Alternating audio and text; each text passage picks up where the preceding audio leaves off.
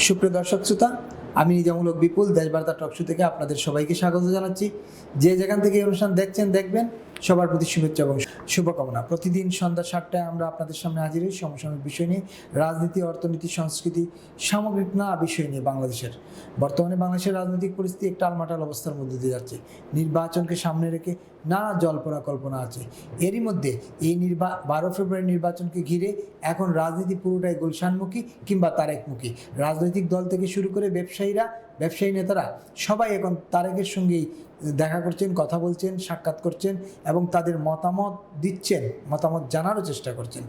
এই তারেকমুখী রাজনীতি বাংলাদেশের রাজনীতিকে কোন দিকে নিয়ে যাচ্ছে এবং আগামী নির্বাচনই বা কেমন হবে?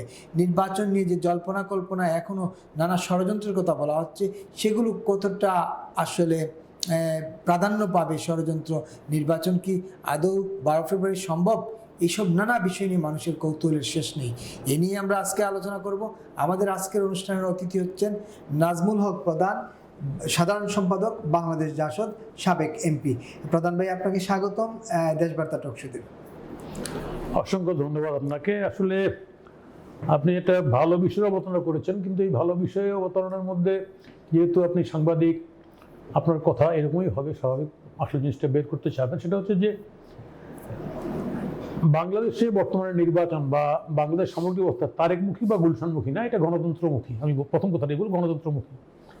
প্র্যাকটিক্যালি এটা সত্য। এখানটায় বাংলাদেশে যে দলটা দাবি করতো মুক্তিযুদ্ধের নেতৃত্বকারী দল, ঠিকই নেতৃত্বকারী দল, কিন্তু সেই দলটা কিন্তু গণতন্ত্র পরিচর্যার ক্ষেত্রে মারাত্মক অনেকগুলি ভুল বলবো না, একটা অনেকগুলি অপরাধ সংঘটিত করেছে। আমি জাস্ট এইভাবেই দেখবেন, এক কথাই বলি, এরশাদ সাহেবের মতো লোক যে অবৈধভাবে ক্ষমতা দখল করছিল, সেও কিন্তু ক্ষমতা জনগণের দাবির কাছে ক্ষমতা ছেড়ে দিয়েছিল। তা হ্যাঁ, এই জন্য তাকে 6.5 বছর জেল খাটতে হয়েছে। কিন্তু জনগণের দল দাবি করে আওয়ামী লীগ এত দাবির মুখে বিগত 17 বছরেই বিভিন্ন নির্বাচন নিয়ে অনেক কোশ্চেন হয়েছে তার কাছে। ক্ষমতা ছাড়ার জন্য বলেছে অপোজিশনের পক্ষ থেকে, দুর্বল করে বলুক, জোরে বলুক, আমরাও বলেছি, তাই না? আর না, কিন্তু উনি ক্ষমতা ছাড়েন নাই, বরঞ্চ একটা রক্তপাতময় একটা অভ্যুত্থানের মধ্য দিয়ে গণতন্ত্রের মধ্যে ওনাকে বিদায় নিতে হয়েছে। তাহলে এই যে জনগণের যে দলটা, যেটা দাবিদার, সেই দলটা যে এই কাজটা করলো, এটা সামরিক স্বৈরাচার থেকে জঘন্যতম কাজ করলো, যার পরিণতি হিসাবে আজকে বাংলাদেশের মানুষ এই বর্তমান প্রেক্ষাপটে নির্বাচন চাচ্ছে। এটা গণতন্ত্রমুখী, কারো তারেকমুখী না, গুলশানমুখী, মানে গণতন্ত্রমুখী। আমরা বাংলাদেশে বর্তমান সময়ে জানি একটা কঠিন সংকটময় মুহূর্ত পার করছি আমরা। অন্তর্বর্তীকালীন সরকার প্রধান যিনি ক্ষমতায় এসছেন, নোবেল লরেট ইউনূস সাহেব, আমি কালকেই হঠাৎ করে পরশুদিন আমরা প্রোগ্রাম করলাম একটা, ওই আপনি জানেন ল্যাটিন আমেরিকার দেশ, দক্ষিণ আমেরিকার দেশ ভেনেজুয়েলায় আপনার ওই কি যেন বলে, তার প্রেসিডেন্টকে তার বউ সহ তুলে নিয়ে আসছে মার্কিন যুক্তরাষ্ট্র। এটা অন্যায়, এটা অপহরণ, জোর করে একটা দেশের প্রেসিডেন্টকে তার বউকে তুলে আনা, এবং এর জন্য রক্ত ঝরেছে, মারা গেছে কিছু লোক। এই যে কাজটা করলো আমেরিকা, মোরলের মতো, জমিদারের মতো যে করলো বর্তমানে এই আধুনিক বিশ্বে, মিলেনিয়াম, তাই না? এটা নিন্দনীয়, অবশ্যই নিন্দা করি। দলের পক্ষ থেকে, আমাদের জাতীয় গণতান্ত্রিক যুক্তফ্রন্টের পক্ষ থেকে আমরা নিন্দা করেছি। সেখানটা একটা বিষয় পত্রিকায় দেখলাম, সেটা হচ্ছে যে নোবেল লরিয়েট মাচাদো, ওই দেশের নোবেল লরিয়েট মাচাদো, সে বিরোধী দলের নেতা, সে আহ্বান করছে নাকি এই কাজটা করার জন্য। মাচাদো ওই দেশ থেকে বেরোতে পারছে না, ওই দেশে আছে, জনগণ আটকে রাখছে যে আপনি বেরোতে যেতে পারবেন না।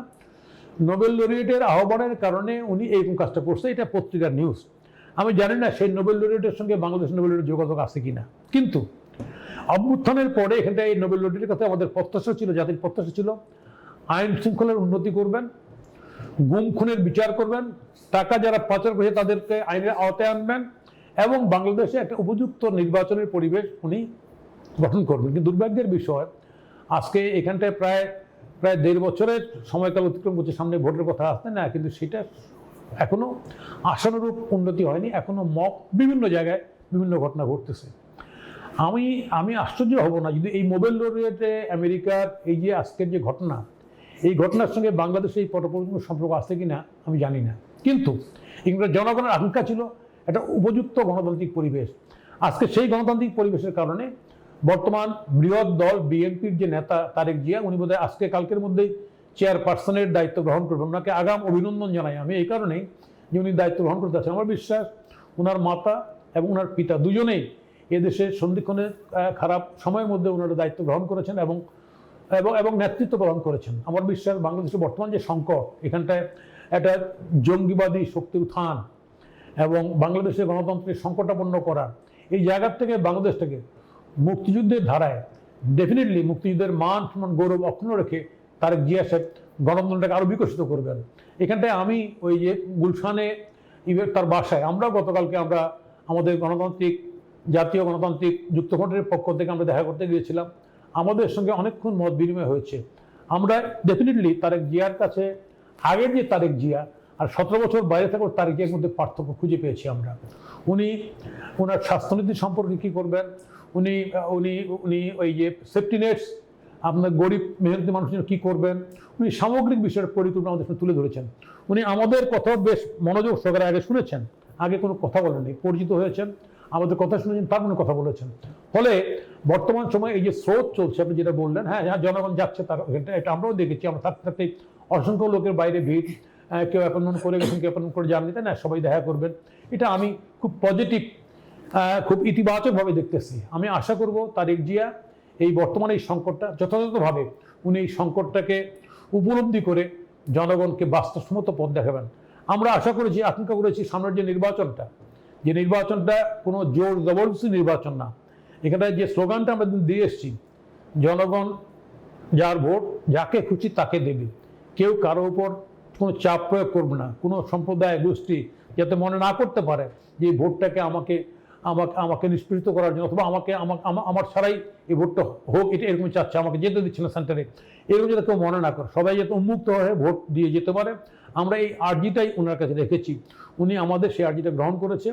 আরেকটা বিষয় আমরা বলেছি, আমরা এখানটায় এই বাংলাদেশটা মুক্তিযুদ্ধের বাংলাদেশ, এই বাংলাদেশের পরিচয় উনি বলেছেন যে 71 না থাকলে বাংলাদেশের পরিচয় তো থাকে না, এটা সত্য। ফলে এই পরিচয়টাকে আমরা সাথে নিয়ে আমরা ভবিষ্যৎটা করতে চাই। আমরা অতীতের ভুলভ্রান্তি ত্রুটি বিচ্যুতি আছে, ডেফিনেটলি আছে, বিগত সরকারের অসংখ্য খারাপ কাজ আছে, এটাকে আমরা অস্বীকার করার প্রশ্নই আসলে আমরা আগের থেকেই এই সরকার এগুলির ক্রিটিক ছিলাম, সমালোচক ছিলাম, রাজপথে আমরা ছিলাম এগুলির জন্য।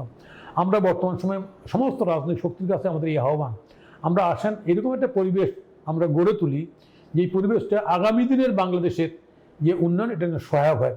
তারেক সাহেব এই আকাঙ্ক্ষাটাই ব্যক্ত করেছেন, একটা কল্যাণমূলক রাষ্ট্রের কথাই ব্যক্ত করেছেন। ফলে আপনাকে অসংখ্য ধন্যবাদ, আপনি কথাটা তুলেছেন। আমি আবারও বলবো, এটা তারেকমুখী না, এটা গণতন্ত্রমুখী। একেবারে আমি বিশ্বাস করতে চাই এটা গণতন্ত্রমুখী, এটা বাংলাদেশমুখী, সেটা আমরা বিশ্বাস করতে চাই। কিন্তু তারেক রহমানের 2001 থেকে 6 পর্যন্ত বিএনপির শাসনামল, তারেক রহমানের ভূমিকা, হাওয়া ভবন, এসব নিয়ে তো মানুষের মধ্যে প্রশ্ন আছে। নিশ্চয়ই আপনারা যেহেতু কালকে দেখা করলেন, আপনি বললেন, আমরা দেখলাম গণমাধ্যমে, যে এইসব নিয়ে কোনো আলোচনা হলো কিনা, যে আসলে তিনি তার অতীতটাকে আসলে মনে রাখছেন কিনা, যে এইটার জন্যই বিএনপিকে 2001 থেকে 6 পর্যন্ত খেসারত দিতে হয়েছিল। শুনে একটা বিষয় হচ্ছে যে মানুষ তো অতীত থেকে শিক্ষা নেয়, সবাই শিক্ষা নেয় না, তারা শিক্ষা নেয়।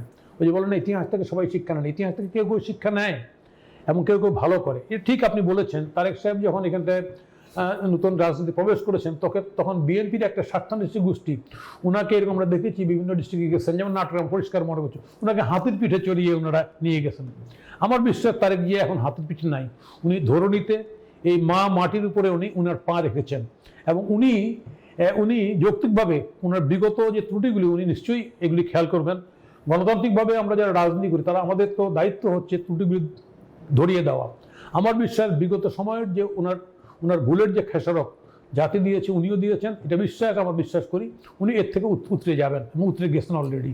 রাজনীতিতে সংকটটাই তো তৈরি হয়েছিল, মোটা দাগে যদি বলি 2001-এর পরে আবার নতুন করে যে সংকটটা তৈরি হয়েছে, দুই নেত্রীর মধ্যে যে একটা 90 গণঅভ্যুত্থান পরবর্তী সময় দুই নেত্রীর মধ্যে যে একটা সম্পর্ক ছিল, সেখানে মাঝখানে 15 আগস্টকে জন্মদিন পালন করে একটা বিভক্তি তৈরি করা হলো। তারপরে এই 10টা অস্ত্র মামলা, গ্র্যান্ড হামলাটা রাজনীতিকে একদম কলুষিত করে দিয়েছিল। এটা ঠিক আপনার, এখানটা ঠিক আপনার জর্জ মিয়া নাটক এটা রাজনীতিটাকে আরও বেশি বিভক্ত করে ফেলছে, এটা ঠিক।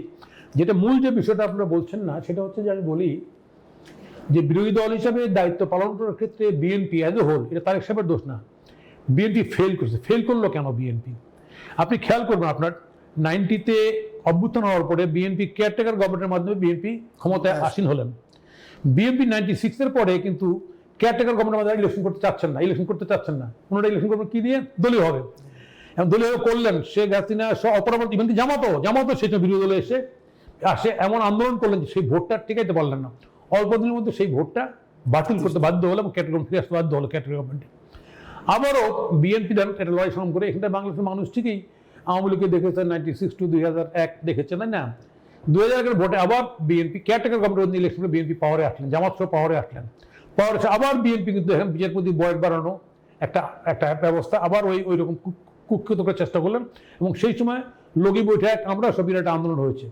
আমি কথাটা বলতে চাচ্ছি এই কারণে যে দুবারেই বিএনপি জামাত জোট চেষ্টা করেছে ক্ষমতায় থাকার জন্য, কারণ ক্ষমতার বিছানাটা তো নরম, এত চমৎকার, কিন্তু একবার কেউ গেলে আর যেতে চায় না। যে বর্তমান সময় যারা আসলেন ক্ষমতা ইন্টারিম গভর্নমেন্ট, এর মধ্যে কিন্তু অনেকে স্লোগান দিয়েছে আমরা আসি, আমাদের আরো দরকার 4 বছর আরো আসি, তাই না? 34 সপ্তাহ এরকম দরকার। ক্ষমতার বিছানাটা নরম, তো ওই নরম বিছানায় কেউ গেলে একবার গরম হয়ে যায়, গরম হয়ে আর ক্ষমতা ছাড়তে চায় না। কিন্তু জনগণের যে আকাঙ্ক্ষা, সে আকাঙ্ক্ষা পূরণ হয় না, যার কারণে বিদ্রোহ হয়, বিপ্লব হয়। আজকে বিএনপি যদি অপোজিশনের রোলটা প্রপারলি প্লে করতে পারতো, যেটা শেখ হাসিনা করেছে, যে কারণে বিএনপি ফ্যাসিস্ট হতে পারে নাই, বিএনপি পারলে কিন্তু বাংলাদেশের রাজনীতি ব্যালেন্স থাকতো। বিএনপিটা করতে পারে, কেন করতে পারে? কারণ বিএনপি জামাতের সঙ্গে জোরাজুরি করেছিল। বিএনপি যত না জনগণের স্বার্থ রক্ষা করার একটা দল ছিল, তার থেকে বেশি স্বার্থ রক্ষার চেষ্টা করছে জামাতের বেশি স্বার্থ রক্ষার চেষ্টা করছে জামাতের। যারা কথায় কথায় বলে, তাই না, যে তাদের মার্কাটা হচ্ছে নিক্তি, মিজান, হাসরের মার্কা, বেহেস্তের মার্কা। আজকে যে সমস্ত জায়গায় সিট ছাড়লেন ভাইয়েরা, ওই সমস্ত জায়গায় যারা ভোট দিবে ওরা কি বেহেস্তে যাবে না? এই যে আপনারা এই কথাগুলি বলে বিভ্রান্ত করলেন, আজকে সেই জামাতকে রক্ষা করতে গিয়ে বিএনপি জনগণের স্বার্থটা রক্ষা করতে পারেনি, যার কারণে অপোজিশন হিসেবে যে দল যে দায়িত্বটা পালন করছে, দায়িত্ব পালন করতে পারেনি। যার কারণে শেখ হাসিনা এই ঘটনাটা শেখ হাসিনাকে ফ্যাসিস্ট হতে সহায়তা করছে। আমি বলবো প্রপার বিরোধী দল না থাকলে, যৌক্তিকভাবে বিরোধী দলটার দায়িত্ব পালন না করলে একটা যে কোনো সরকার ফ্যাসিস্ট হয়ে যেতে চায়, হতে পারে, এটা তারই প্রমাণ। আজকে এই প্রেক্ষাপটে আমি বলবো বাংলাদেশে বর্তমান সময়, হ্যাঁ, এখানটায় আমরা যারা বিরোধী দলের রাজনীতি করি, এখনো বিরোধীদের রাজনীতি করতে চাচ্ছি। রাজনীতি অবশ্যই বিরোধিতা, রাজনীতি অবশ্যই বাদ প্রতিবাদের, রাজনীতির প্রতিরোধের, কিন্তু রাজনীতি প্রতিহিংসার না। তো দুর্ভাগ্যের বিষয় হচ্ছে বাংলাদেশে বরাবরই প্রতিহিংসার রাজনীতি হয়েছে। এই প্রতিহিংসার রাজনীতির কারণে এখানে দুই নেত্রীর ঐক্য, আপনি যেটা বললেন, ঐক্য হয়েও আমাদের চেষ্টায়, ছাত্রদের চেষ্টায় ওনারা বৈঠকে বসেছিলেন, আলোচনা করেছেন, ওনারা ঐক্য হয়েও সেই ঐক্যটা রক্ষা করা যায়নি। যদি রক্ষা করা যেত, দেশ জাতি লাভবান হতো। আজকের প্রেক্ষাপটে যারা রাজনীতি করছেন, অবশ্যই তারা গিয়া আরো বেশি আধুনিক মনন সম্পন্ন ব্যক্তি, বিদেশী 17 বছর, এর মধ্যে ম্যাচুরিটি এসছে। আমার বিশ্বাস বিগত দিনের আমাদের দুর্বলতাগুলি, আমাদের ত্রুটিগুলি নিশ্চয়ই উনি লোকেট করে ভবিষ্যতে এমন পদক্ষেপ নেবেন, রাজনীতিটাকে, কালকে আমরা এটাই বলেছি, বাদ প্রতিবাদ থাকবে, প্রতিরোধ থাকবে, বিরোধিতা থাকবে, কিন্তু প্রতিহিংসার হবে না। উনি এগ্রি করেছেন আমাদের কথায়। একদম। আপনি বলছিলেন যে জামাতের প্রসঙ্গ যেহেতু তুললেন, জামাতও তো আপনাদের দুদিন আগে জামাতও দেখা করলো গত সপ্তাহে, এবং জামাত নেতারা আবারও বিএনপিকে স্মরণ করিয়ে দিয়েছেন তারেক রহমানকে, যে আপনার মায়ের প্রতিশ্রুতি অনুযায়ী, মায়ের নেতৃত্বে আমরা যেভাবে ঐক্যবদ্ধ ছিলাম সেভাবে ঐক্যবদ্ধভাবে আবার দেশ চালাইতে চাই, একটা সরকার করতে চাই, জাতীয় সরকার, এরকম। আমরা শুনেন, জামাত ওই জায়গায় সেকেন্ড টাইম গেছে, আবার সই করেন, একবার সই করে আসছে, দেখলেন জামাত এই কথা বলছে কেন? জামাত প্রথম ভাব নিয়েছিল ওরা ক্ষমতায় চলে আসছে, এবং সামগ্রিকভাবে ওরা সেই প্রস্তাব করছিল ডাকসু চাকসু নির্বাচন দিয়ে আমরা ক্ষমতায় চলে আসছি। এখন জামাত মাঠে ঘুরে দেখছে তারা ক্ষমতায় আসলে নেই, ফলে যে কোনো সিটাস রক্ষা করার জন্য জামাত বরাবরই, আপনি যদি 70 সাল 71 সাল বলেন, সবসময় ক্ষমতায় থেকে ক্ষমতার ক্রিম খাওয়ার চেষ্টা করছে জামাত। ইভেন কি জামাত আওয়ামী লীগ যখন ক্ষমতায় আসলো, আওয়ামী লীগের সঙ্গে ক্যাটাগরি গভর্নমেন্ট আন্দোলন করছে। ইভেন কি জামাত এই 18 সালেও, এত নীতির কথা বলে, 18 সালে যখন তাদের মার্কা নাই, তখন বিএনপির সঙ্গে মিলে তারা 22টা সিরিয়াল ভোট করছে, ধানের শীষ নিয়ে জামাত করছে, 18 সালে ভোট করছে। ফলে এই পার্টিটা সবসময় ক্ষমতার সঙ্গে থেকে ক্রিম খেয়ে ওরা হৃষ্টপুষ্ট হইতে চায়। ওই ধারণার থেকে ওরা আবার গেছে, যখন বুঝছে যে মাঠে আমাদের অবস্থানটা ভালো না, আমরা ক্ষমতায় আসবো না, তাই না, তখন তারা আবার ওই প্রস্তাব নিয়ে গেছে। আমার ধারণা বিএনপি নেতৃত্ব পুরাতন বিজ্ঞ আছে, প্রজ্ঞা আছে ওনারা এটা বোঝেন। আমার ধারণা জামাত যেই সুযোগ নিতে চায় সেই সুযোগ জামাতকে দিবে না, কারণ জামাত তার আসল রূপটা ইতিমধ্যেই এই 11-12 মাস, এই যে 18 মাসেই ওনারা জনগণকে দেখিয়ে দিয়েছেন। ওনারা বলেন যে এইবার আমাদের সুযোগ দেন। ওনারা তো প্রতিবারই ক্ষমতায় ছিলেন, এইবার সুযোগ দিবে কেন? ওনারা বিএনপি ক্ষমতায় ছিলেন, পূর্ণ ক্ষমতায় ছিল, মন্ত্রী ছিল, সবকিছু ছিল, তো এবার সুযোগ দেন আমাদের। তো ফলে এটা বিএনপি বুঝবে এবং নিশ্চয়ই জনগণও বুঝবে। জনগণ কখনোই তার ভোটের অধিকার প্রয়োগ করতে কখনো ভুল করে না, আমার ধারণা এবারও ভুল করবে না। হ্যাঁ, তারেক রহমান তো বলেছেনই ডাকসুর নেতাদের সাথে বৈঠকের পরে যে ছাত্রদল শিবির ভাই ভাই কাঁধে কাঁধ মিলিয়ে কাজ করতে হবে, মানে তিনি স্মরণ করিয়ে দিয়েছেন তাদের ঐক্যের কথা। তাহলে মানুষ কোনটা আসলে ট্রাস্ট করে? শোনেন, বিষয়টা হচ্ছে যে এখানটায় আমার বাসায় আপনি আসলে আমার কথা বলতে, আমি তো ন্যাচারালি আমি তো ঐক্যের কথাই বলবো, আমি তো বিরোধাত্মক কথা বলতে পারি না। এটা রাজনীতির নর্মাল কালচার, শিষ্টাচার। আমার ধারণা এটাই, সবাই সবার ভিতরের খবরটা আমরা জানি, বাংলাদেশের রাজনীতির খবরটা জানি, পাস্ট রাজনীতিটা জানি। জানার পরে এই অভিজ্ঞতার কারণে আমাদের পদক্ষেপে আমরা যদি ভুল স্টেপিং করি, এর জন্য ক্ষেত্র আমাকেই দায়ী থাকতে হবে, আমাকেই দিতে হবে। ফলে আমি মনে করি যে বিগত সময়ের আমাদের এই দেশটার এই যে সংঘাত, এই যে প্রতিহিংসা রাজনীতি, এর থেকে বেরিয়ে আসে এটাই উপযুক্ত সময়। তারেক সাহেব যদি সেটা করতে ফেল করেন তাহলে দুর্ভাগ্য জাতি, কারণ নেতা উনি, দায়িত্বটা আমরা বেশি, আমাদেরও দায়িত্ব আছে, দায় আছে। আমরা সেই দায়িত্বটা মাথায় নিয়ে বলতে চাই, এই জায়গা থেকে এই যাত্রাকে বেরোতে হবে এবং এটাই শেষ সময়, এরপরে আর কোনো সময় থাকবে না। কারণ অলরেডি আমাদের দেশের রাজনীতিটা একটা অরাজকতার মধ্যে ঢুকে যাচ্ছে। এই অরাজকতা একবার ঢুকে গেলে পুরোপুরি, তাই না, তাহলে ওখান থেকে বেরোতে পারবো না। দেশটা আলটিমেটলি দেশের স্বাধীনতার সার্বভৌমত্ব বিপন্ন হওয়ার জায়গায় চলে যাবে। আপনি প্রতিহিংসার কথা বলছিলেন, গত 18 মাসে তো চূড়ান্ত প্রতিহিংসা বাংলাদেশের মানুষ দেখলো। বিগত সময়গুলোতে 17 বছরও যদি আপনি 16 বছর যদি আওয়ামী লীগের শাসন আমলের চিন্তা করেন, এইভাবে রাজনৈতিক নেতাদের বাড়ি ঘর ভেঙে দেওয়া, ঘর থেকে তুলে নিয়ে হত্যা করা, গুলি করে হত্যা করা, এইরকম প্রতিহিংসা বাংলাদেশে এর আগে বোধহয় ছিল না। আমার চিন্তা তো আপনি বেশি জানবেন না, রাইট। আমি মুক্তিযুদ্ধ এই প্রতিহিংসা দেখি, মুক্তিযুদ্ধের পর অল্প দিন পরে এটা সেটেল হয়ে গেছিল। তারপরে বঙ্গবন্ধু তো সাধারণ ক্ষমা করতে একদম পুরোপুরি সেটেল হয়ে গেছে, কিন্তু এইবার এটা সেটেল হচ্ছে না। এটা একটা গোষ্ঠী, একটা গ্রুপ, একটা উগ্রবাদী গ্রুপ, যারা এটাকে প্রলং করতে চায়, দেশটাকে গৃহযুদ্ধের মধ্যে ফেলতে চায়। এরাই আবার কথা তুলে যে ইন্ডিয়া এটাকে প্যালেস্টাইন বানাতে চায়। এই যারা কয় যে ইন্ডিয়া প্যালেস্টাইন বানাতে চায়, ইন্ডিয়া কিন্তু ওই 75-50 বছরে কিন্তু প্যালেস্টাইন বানানোর কোনো চেষ্টা করে নাই। ইভেন কি বঙ্গবন্ধু মরে যাওয়ার পরে কাদেরিয়া বাহিনী গঠন হয়েছিল, সেটাকেও কিন্তু প্যাট্রনাইজ করে নাই। কিন্তু এই গোষ্ঠীটাই দেখবেন মুখে মুখেই বলে যে এই দেশটাকে ফিলিস্তিন বানাতে চায়, এরা দেশটাকেই করতে চায়। এই গোষ্ঠীটাই সমস্ত এই ঘটনাগুলির জন্য দায়ী। আমার ধারণা একটা নির্বাচিত সরকার আসলে কোনো না কোনো ফর্মে এই গোষ্ঠীটা এই বর্তমান অন্তর্বর্তী সরকারের কাছে একটা সুযোগ পেয়েছে। অনেকে বলেন যে ক্ষমতার মধ্যেই এদের বসবাস আছে, যার কারণে এরা এগুলি করার ক্ষেত্রে সুযোগ পেয়েছে এবং শক্তি সঞ্চয় করছে। আমার বিশ্বাস নির্বাচিত গভর্নমেন্ট আসলে এই শক্তিটা নির্মূল হয়ে যাবে, দূরে চলে যাবে। অন্তর্বর্তী সরকার তাহলে এদেরকে প্যাট্রনাইজ করতেছে। একটা গ্রুপ, সরকার একটা গ্রুপ অবশ্যই আছে, না হলে এরা করতে পারে না। আপনি যেমন ধরেন এই যে প্রথম আলো, এই যে ডেলি স্টার হামলা হলো, এই প্রকাশ্য আপনার হামলা হলো, ঘোষণা দিয়ে হামলা হলো, এটা হতে পারে নাকি? সরকারের উপদেষ্টাদের আবার হ্যাঁ, সরকারের উপদেষ্টাদের সবার মোবাইল বন্ধ, এটা হইতে পারে? এগুলি স্যার ভাঙলো বারবার বলা, তাই না? ফলে এটা তো ঠিক না। একটা রাষ্ট্র কখনোই এইটাকে, এই উচ্ছৃঙ্খলতাকে অ্যালাউ করতে পারে না, কিন্তু অ্যালাউ করছে। এখন কিছু ধরপাকড় করাচ্ছে, এগুলি অ্যালাউ করার কারণে তো ওই যে নিন্দা করে যে ঘটনা, মানুষকে যে ঘটনা করলো, কি বিভৎস ঘটনা দেখেন, মেরে, তাই না, মেরে তাকে আগুনে পোড়াই দিল, জলজন্ত মানুষকে।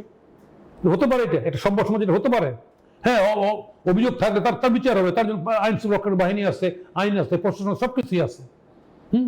একই অবস্থা শরীয়তপুরে সমস্ত জায়গায়। কারণ এই যে বলা হয়েছে, কি বলা হয়েছে, গোপাল নিশ্চিহ্ন করে দাও। আরে বাবা, এটা কোনো কথা হইলো? ভূখণ্ড একটা দেশের একটা মানচিত্র বদলিয়ে দাও। এই যে সামগ্রিক যে উগ্রতা, এই উগ্রতাকে যে রাষ্ট্রযন্ত্র প্রশ্রয় দেয়, সেই রাষ্ট্রযন্ত্র প্রশ্রয় দেওয়ার মধ্যে নিশ্চয়ই কেউ তো আছেন যারা এই প্রশ্রয়টা দিচ্ছেন বা দিয়েছেন। আমার ধারণা নির্বাচিত সরকার আসলে সেই প্রশ্রয়গুলি তো থাকবে না, বরঞ্চ এগুলির বিচার হবে, অবশ্যই বিচার হবে এগুলি। এই বিচারের প্রসঙ্গ তুললেন, এই যে সামগ্রিক 18 মাসের যে চিত্রটা আমরা দেখলাম, যে প্রতিহিংসার বা মানুষ হত্যার, খুন, ধর্ষণ, এইসব নিয়ে তো নিশ্চয়ই তারেক রহমানের সঙ্গে আপনাদের কথা হয়েছে? না, আমরা এগুলো নিয়ে এত ইন ডেপথ আলোচনা করি না। আমরা এজ এ হোল কিরকম একটা উদারনীতি গণতন্ত্র চাই, বহুমত পথের বাংলাদেশ হোক, আমরা মুক্তিযুদ্ধের যে গৌরব মান অক্ষুণ্ণ থাকুক, আমরা এই সমস্ত কথাগুলি বলেছি এবং ভোটটা কি শান্তিপূর্ণ হোক, এটাই বলেছি। ভোটের মাধ্যমে ফেসলা হোক এবং সরকার পরিবর্তন যে ধারা, এখানটায় যে রক্তপাত নয়, এটার থেকে বেরিয়ে এসে আমরা সরকার নির্বাচনের মধ্যে হোক। অর্থাৎ আজকে যদি বিএনপি ভোটে ক্ষমতাও আসে, কালকের ভোটটা, যে ক্ষমতা যাওয়ার যে ভোটটা হবে, সেই ভোটটা ওই রকম গভর্নমেন্টের মাধ্যমে হবে, যে ভোটের মাধ্যমে জনগণ আস্থা করে। এটার জন্য কোনো আন্দোলন না করতে হয় যে এবারে এটা কেয়ারটেকার গভর্নমেন্ট বদলাও অথবা এটা বদলাও, এই যে করতে পারবেন না, যেন না হয়। আমরা এটাই বলেছি। যে নির্বাচনটাই হোক ক্ষমতা পরিবর্তনের মূল হাতিয়ার, অন্য কোনো পন্থা না, কোনো আন্দোলন না, কোনো বিদ্রোহ না। আপনি মুক্তিযুদ্ধের কথা বলছিলেন, গত 18 মাসে মুক্তিযুদ্ধের বহু স্মৃতিচিহ্ন মুছে দেওয়া হয়েছে, তারেক রহমানের তো শব্দ পাওয়া গেল না এই ব্যাপারে আপনি তারেক রহমান তো শরৎ এসছে। ঘটনা হচ্ছে যে আপনি জানেন যে দেশটা এখনো একটা মবের মধ্যে চলছে। এটাকে বলা হয় রাষ্ট্রবিজ্ঞানের একটা উচ্ছৃঙ্খল জনতার শাসন। স্কুল জনতার শাসনের সঙ্গে এখানটা গভর্নমেন্টের যুক্ত আছে। আপনি প্রেস বক্তব্য শুনতেন না যে হ্যাঁ মবটাই ওদের, কারণ মবটা ওদের সম্বল, মবের কাছে আত্মসমর্পণ করছে সরকারের, অন্তর্বর্তী সরকার অনেক যেহেতু তাদের কোনো দল নাই, এবং এটা দিয়ে তারা মনে করছে এই দেশটা তারা বৈতরণী পার হবে, মানে বিরাট, কিন্তু এটা করতে পারবে না। ফলে এটা বুঝতে পারার কারণেই কিন্তু তার নির্বাচনের রাস্তায় ফিরে আসছেন এবং নির্বাচন করতে যাচ্ছেন। আমরা সেটাকে ওয়েলকাম করি। আমরা চাই বাংলাদেশে নির্বাচনের মধ্যে এই যে অস্বাভাবিক যে ঘটনাগুলি ঘটেছে, এই ঘটনাগুলি সমস্তগুলিরই তদন্ত হোক, বিচার হোক। শুধু এটা না, আপনি মাজার কত ভাঙতে খেয়াল করছেন আপনি? মাজার এই কয়েকদিন আগে মাজার ভাঙছে, তাই না? তো এই যে মাজার ভেঙে এটা ওহাবিরা ভাঙছে এখানটা সৌদি আরব, বুঝছেন না? সমস্ত মাজার টাজার ছিল আগে যারা হজ করতেন তারা দেখছেন কোনটা আলীর খবর কোনটা কার করে দেখছেন, পরে এক সমান করে দিচ্ছে। এটা একটা কালচার আছে, কিন্তু এখানটায় যে উপলক্ষে করে ভাঙ্গা হলো, তাই না? এটা ঠিক না। ফলে সামগ্রিক বিষয় মিলে সরকার এখানটায় নির্লিপ্ত ছিল। আমরা দেখেছি এই যে কবর থেকে তুলেও আবার পুড়িয়ে দেওয়া হয়েছে। ফলে ওই যে বললাম, ইন্টারিম গভর্নমেন্টের একটা অংশের পক্ষ থেকে ইন্ধন ছিল এগুলি। ওরা একটা শাসন, এটাকে বাংলাদেশে একটা গণতান্ত্রিক শাসনের পক্ষপাতে ছিল না, অন্য কোনো শাসন তারা চেয়েছিল, তো ঘোষণাই তারা দিয়েছে, তারা সেরকম সরকার চেয়েছিল। ওগুলো পারে না, চোর পারলে বুদ্ধি পড়ে, ওরা এই কাজগুলি করে ওরা তৈরি করছে। ফলে এখন ওদের বুদ্ধিও গেছে এবং মনিব যে সে জেগে উঠছে, ফলে পারবে না। আপনি মবের কথা বলছিলেন, আপনার মনে আছে 5 আগস্টের পট পরিবর্তনের সময় হবিগঞ্জের বানিয়াচং থানা পুড়িয়ে দেওয়া হয়েছিল, একজন সন্তোষ নামে একজন এসআই পুড়িয়ে দেওয়া হয়েছিল। তাকে উদাহরণ টেনে এই গত সপ্তাহে যেটা ঘটলো 4 দিন আগে হবিগঞ্জে থানা ঘেরাও করে বৈষম্য বিরোধী আন্দোলনের নেতা গিয়ে পুলিশকে হুমকি দিলেন, পরে তাকে গ্রেফতার করা হলো। তাকে বাধ্য হয়ে আবার রাতেই তাকে জামিন দেওয়ার উদ্যোগ নেওয়া হয়, যদিও সকালবেলা হয়েছে জামিন। এই ভূত সরকার বললাম আমাকে, এই ভূত শস্যে ওখানে ছোট মজবুত, এই ভূত সরকারের মধ্যেই আছে, যার কারণে এইসব মানে প্রশাসনকে বৃদ্ধাঙ্গুলি দেখানোর চেষ্টা এখনো, তাই না, এটা করছে। এর জন্য নির্বাচিত গভর্নমেন্ট দরকার হবে। যেটা করছে এখানটা যেভাবে থানায় হুমকি টুমকি দিতে পারে না, কিন্তু দিছে, ধরছে, তারা যৌক্তিকভাবে ধরছে, তারপর ছেড়ে দিচ্ছে তো উপরওয়ালার নির্দেশে, তাই না? তার মানে এই ধরনের মবকে এখনো এই সরকার যে প্রশ্রয় দিচ্ছে তার এটা প্রমাণ। এবং এই ধরনের মব কখনোই যে সমাজের জন্য কোনো স্থিতি বয়ে আনে না, এটা আমরা জানি। সেই কারণে এখানে নির্বাচনটা খুবই জরুরি, এর কোনো বিকল্প নাই। নির্বাচনের কথা বলছিলেন, আসি এবার নির্বাচনের পর্বে। নির্বাচন নিয়ে মানুষের শঙ্কা আছে, দোলাচল আছে। জামাত গতকালকেও বলেছে নির্বাচনের পরিবেশ নেই, তাদের সঙ্গে এনসিপিও সুর মিলিয়েছে। এনসিপি যদিও জামাতের বি টিম, সবাই জানে। এনসিপিও বলছে যে এই মুহূর্তে নির্বাচন দরকারই না, কারণ নির্বাচনের পরিবেশ পরিস্থিতি নেই। শুনেন, একটা বিষয় হতো যে এটা তো আমি জানি, গ্রেফসার সৌর, আঙ্গুর ফল টক, না খেতে পারলে আঙ্গুর টক হয়ে যায়। আমাদের জোট আমরা করছি, এটা গণতান্ত্রিক যুক্তফ্রন্ট, জাতীয় গণতান্ত্রিক যুক্তফ্রন্ট করছি আমরা 29 তারিখে, অক্টোবর 29 তারিখে আমরা সমাবেশ করে ইঞ্জিনিয়ার শিশুকে বিরাট এটাই করছি। দেখেন, সাংবাদিকের তো জগতে সাংবাদিকরা ওখানটায় ওইটা যে গণতান্ত্রিক যুক্তফ্রন্ট, ওইটা না লেখে বাম ফ্রন্ট, মানে নিজেরা কোনো খাটাখাটি করতেছে না, ওখানে যায়ও নাই সাংবাদিকরা, নিউজও করে নেই। অনেক পত্রিকা খুব ছোট নিউজ করে, কিন্তু নিউজই করে নেই। তার মানে এই যে অজ্ঞতা, সাংবাদিকতার এই যে অজ্ঞতা, এই বর্তমানে এই মডার্ন এজে খুবই দুঃখজনক। তো ফলে এইখানটায় বাংলাদেশের গণতন্ত্রকে শক্তিশালী করার জন্য শুধুমাত্র তো পাবলিক না, রাজনৈতিক দল না, এখানে অপরাপর যে আরো যে বিষয়গুলি আছে, সংবাদপত্র, এটা বিরাট ভিত্তির। সংবাদপত্র জগতে শুধু সংবাদপত্র না, এখন তো অনলাইন সংবাদ নেটওয়ার্ক, এটাও তো একটা বিরাট বিষয়, তাই না? তাহলে সামগ্রিক বিষয় মিলে এখানটা যদি সবাই যদি এইড না করে, সহযোগিতা না করে, তাহলে বাংলাদেশে কাঙ্ক্ষিত গণতন্ত্র হবে না। আজকে নিউজ করার ধরন দেখে এটাই আগের জায়গায় আছে কি, যেহেতু বিএনপি যেহেতু মূল পার্টি, তাই না, তাহলে ওইটা নিউজটা করো। বাকি আমরা যে প্রোগ্রাম আমরা যে কথা বলি, এগুলি মনে হয় শোনাই যায় না। কিন্তু এগুলি শুনলে জনগণের লাভ, ক্ষমতারও লাভ, এটা ওনারা বুঝেন না। সংবাদপত্র যারা পরিচালনা করেন, যারা সাংবাদিক আছে, ওনারা বুঝেন না এটা। আমি দেখেছি, এই কয়েকদিন আগে আমরা গেলাম, দেখেন সর্বদলীয় ছাত্র ঐক্যের পক্ষ থেকে আমরা গেলাম আপনার এইতে মালা দিতে গেলাম, বেগম খালেদা জিয়ার মাজারে গেলাম, অসংখ্য লোক, ভালো লেগেছে আমার। আমি প্রথম ওই মাজারে মালা দিলাম সর্বদলীয় ছাত্র ঐক্যের পক্ষ থেকে। ওরা বলছে আমাকে, আমান টামান সবাই ছিল ওখানটায়, খোকন সবাই, আমানে 40 মিনিট বক্তৃতা দিল আর কি, কথা বুঝছেন তো। আমাদের বললো যে এটা আসছি আমরা এখানটায়। কোনো সাংবাদিক জিজ্ঞেস করলো না যে ভাই আমি তো ভিন্ন দলের লোক, চিনে আমাকে, সালাম নিল, ভাই কেন আসছেন আপনি? এটা সাংবাদিকতার ধরন তো, উচিত ছিল না, বলেন নাই। আমি অবাক হয়ে সাংবাদিকতার দ্বন্দ্বতা দেখে আমি নিজে অবাক হয়ে গেছি যে সাংবাদিকতা কি পরিমাণ দ্বন্দ্ব। হ্যাঁ, বিগত 15-16 বছর এটা বেশি হয়ে গেছে ওদের, যে ক্ষমতা ছাড়া অন্য কারো তুষ্টি করা যাবে না, ক্ষমতাকে তুষ্টি করা। বিগত 15 বছর অভ্যাসটা হয়ে গেছে।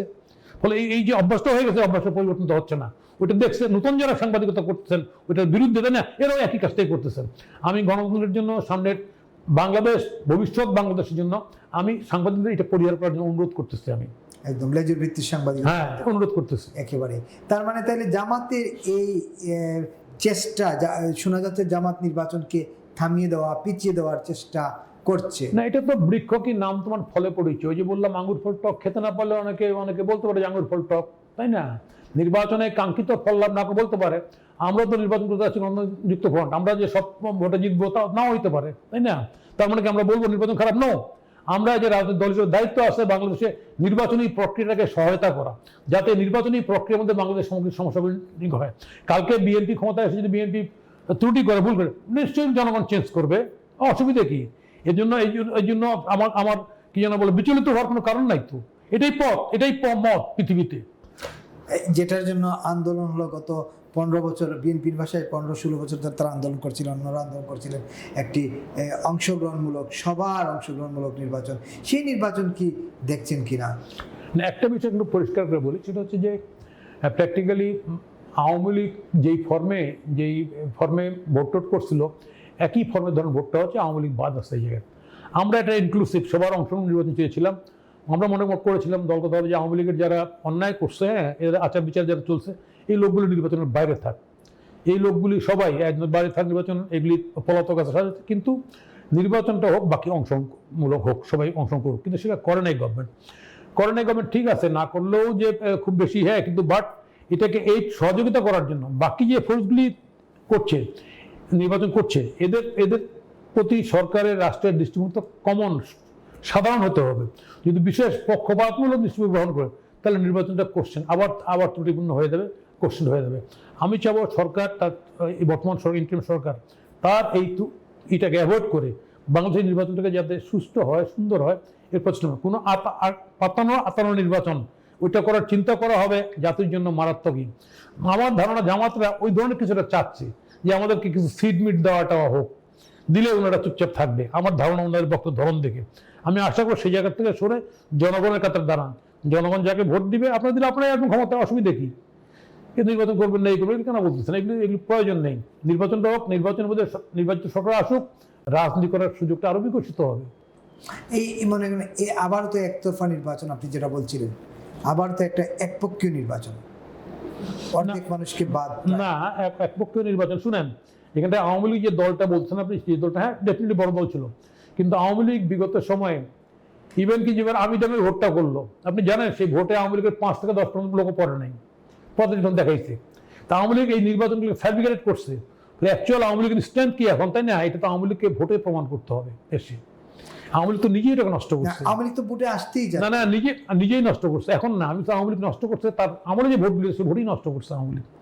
ফলে এই নষ্ট করার পরে আওয়ামী লীগের এই ওদেরটা খুব বেশি গ্রহণযোগ্য না। তারপরে আমি বলবো সবাই মিলে ভোট করতে পারলে এটা ভালো হতো, দেশের জন্য মঙ্গল হতো। 90 তো আপনারা গণঅভ্যুত্থান করলেন, এরশাদ তো ভোটই করলেন। হ্যাঁ, আমরা রাইট কাজটাই করছি। আমরা সেই সময় রাইট, আমরা চাইছিলাম এবারে যে ভোটটা করুক সবাই মিলে, হ্যাঁ, কিন্তু সেটা হয় নাই। হলে দেশের জন্য মঙ্গল হতো। সেই কারণে আমরা যারা ভোট করতেছি, যারা ক্ষমতায় আসবো, আমরা যারা, হ্যাঁ, আমাদের অবশ্যই সেটা খেয়াল রাখতে হবে যে একটা বড় পলিটিক্যাল ফোর্স এই ভোট প্রক্রিয়ার মধ্যে নেই। সেই ফোর্সটা কিভাবে ভোটে আনা যায় সেই চিন্তাটা তখনও করতে হবে, এবং যেটাই হবে দেশের জন্য মঙ্গল। ঠিক আছে, ভোটের আগে করতে পারি নাই, অসুবিধা নাই, কিন্তু ভোটের পরেও সেই চিন্তা করতে হবে। শেষ প্রশ্নটা করতে চাই, তাহলে এই যে আওয়ামী লীগ বিহীন নির্বাচন, সরকার কি আসলে ভয় পাচ্ছিল যে, বা সরকারের যে স্টেক হোল্ডার যারা সরকারের নিয়োগকর্তা, তারা কি ভয় পাচ্ছিল যে আওয়ামী লীগ নির্বাচন করলে যদি আওয়ামী লীগ আবার উইন করে, যে সিচুয়েশন 18 মাসে হয়েছে, কোনো কারণে যদি উইন করতে গেলে তা আমরা, আমার বানানো ওই কারণে না, এরা একটা ভেন্যা, ওই যে বললাম বাংলাদেশের সমস্যা হয়ে গেছে প্রতিশোধের রাজনীতিতে। সবাই প্রতিশোধ নিলেই বোধ ঠিক হয়ে গেল। রাজনীতি প্রতিশোধের বিষয় না, রাজনীতি প্রতিহিংসার বিষয় না, রাজনীতি ডেমোক্রেসি, এটা তো সবার একটা কি বলে, এক ধরনের কম্প্রোমাইজ। এই কম্প্রোমাইজের ধারাটা যারা ক্ষমতায় এখানটা ইন্টারিম আসতে না, এরা কম্প্রোমাইজ কীভাবে করতে হবে এই পদ্ধতিটা ওনারা খুঁজে বের, ওনারা আমাদের কাছে পরামর্শ, আমরা কম্প্রোমাইজের পদ্ধতি বের করে দিতে পারতাম, ওনারা সেটা করেন নাই, চেষ্টাও করেন নাই। বরং মনে করছেন ওই ফোর্সটাকে এলিমিনেট করে দিই। রাজনীতি এরকম কোনো ফোর্সকে এলিমিনেট করা যায় না, এলিমিনেট করা যায় না। এর পরিণতি খারাপ হয়, এর পরিণতি গোপন রাজনীতি হয়, এর পরিণতি সন্ত্রাসের রাজনীতি হয়। বাংলাদেশের সন্ত্রাসের জায়গা থেকে আমরা বহু কষ্টে কিন্তু এই 96 আওয়ামী লীগের মাধ্যমে কিন্তু এটা থেকে উত্তরণ ঘটছি। আপনি জানেন দক্ষিণবঙ্গে সবাইকে সারেন্ডার করে এটা জায়গায় আসছিলেন, ভালো জায়গায় আসছিলেন, তাহলে এই জায়গাটা ছিল। দেশ স্বাধীনের পরে কতগুলো এমপি মারা গেছে জানেন সন্ত্রাসের কারণে? আওয়ামী লীগও তো কম ক্ষতিগ্রস্ত হয়নি দেশ স্বাধীনের পরে। তো ফলে চাপায় দিয়ে জোর করে রাজনীতি ক্ষতি হয়। আমরা চাই না বাংলাদেশ আবার সন্ত্রাস রাজনীতি ফিরে যাক। ফলে আমরা যারা ভোট করতেছি, যারা ক্ষমতায় আসবে, নিশ্চয়ই চিন্তাটা মাথায় রাখতে হবে আমাকে ভোটের পরে আমি এই বিষয়টা কীভাবে হ্যান্ডেল করবো। একেবারেই। তার মানে নির্বাচনের ব্যাপারে আপনি নিশ্চিত 12 ফেব্রুয়ারি? হ্যাঁ, আমি নিশ্চিত নির্বাচনটা 12 ফেব্রুয়ারি হচ্ছে, এটা আমি নিশ্চিত এখন পর্যন্ত মানে ধরে নিচ্ছি হয়ে যাবে। হ্যাঁ, কালকে না হইতে পারে, এই বাংলাদেশে ঘটনা আছে, নির্বাচন হওয়ার সাবমিট করার পরও মার্কা পাওয়ার পর তো ভোট হয় নাই, ঘটনা আছে। নির্বাচন হ্যাঁ তো হয় নাই, ফলে তো এটা তো নির্বাচন যে কোনো সময় এটা হয়ে যেতে পারে এরকম ঘটনা। অসংখ্য ধন্যবাদ নাজমুল হক প্রধান ভাই, আপনাকে অসংখ্য ধন্যবাদ। এতক্ষণ যারা দেখছিলেন দেখবেন, সবার প্রতি অনুরোধ দেশবার্তা টক শো ফেসবুক পেজটি ফলো দিয়ে এবং ইউটিউব চ্যানেলটি সাবস্ক্রাইব করে আমাদের সঙ্গে থাকবেন। আমরা আসি প্রতিদিন সন্ধ্যা 7টায় এবং আজকেও যথারীতি হাজির হলাম। আগামীকালও অন্য কোনো অতিথি নিয়ে আপনাদের সামনে হাজির হবো। সেই পর্যন্ত সবাই ভালো থাকবেন, নিরাপদ থাকবেন, সাবধানে থাকবেন। শুভ সন্ধ্যা। ধন্যবাদ।